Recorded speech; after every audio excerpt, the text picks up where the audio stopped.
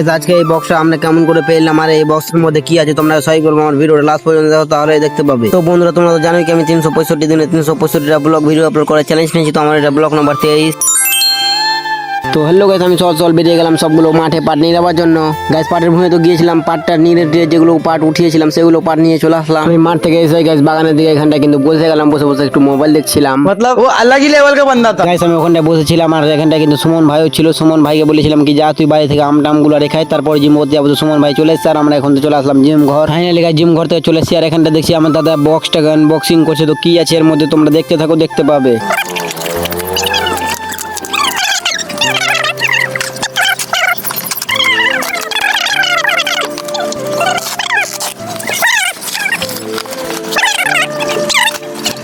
Finally guys unboxing হয়ে গেছে আর এর মধ্যে কি আছে আমি বলবো না, তোমরা কিন্তু কমেন্টে বলতে হবে এর মধ্যে কি আছে। তোমরা কমেন্টে বলো। আজকে আমার দাদা কিছুদিন হয়ে গেল এগুলোকে অর্ডার মেরেছিল ফ্লিপকার্ট থেকে, তার জন্য কিন্তু আজকে দিতে এসেছিল। তো আমার দাদা বলছিল কি ভিডিও বানিয়ে চলো আনবক্সিং করা যাক। তো সবাই মিলে আমরা এখানটা ভিডিও বানিয়ে আনবক্সিং করছিলাম।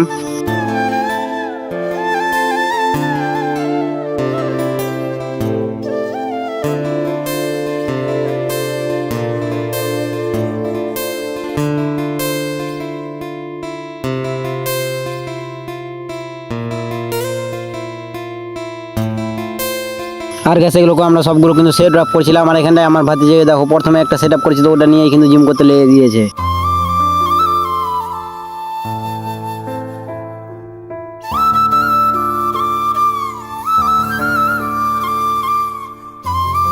আর গাছ বৈকাল হয়ে গেছিল, তার জন্য কিন্তু পানির যেতে হতো। তো আমি এখানটায় বসেছিলাম, আমি আর সেল্টু মামা। না গাছ আর বসে থাকলে হবে না, তার জন্য কিন্তু আমি বেরিয়ে গেলাম পাটনিরাতে। দেখতেই পাচ্ছ আমি কিন্তু জামা খুলে বেরাচ্ছি, এত গরম আছে তার জন্য আমি জামা খুলেই চলে যাচ্ছি পাটনিরাতে। এমন করতে করতে গাছ সবগুলো পাটনিরানো হয়ে আর দেখতে পাচ্ছ এতগুলো পাট আমরা বের করে নিয়েছি। আর আজকের ব্লগটা এখান থেকে শেষ করে দিচ্ছি, আবার দেখা হচ্ছে কালকের ব্লগ।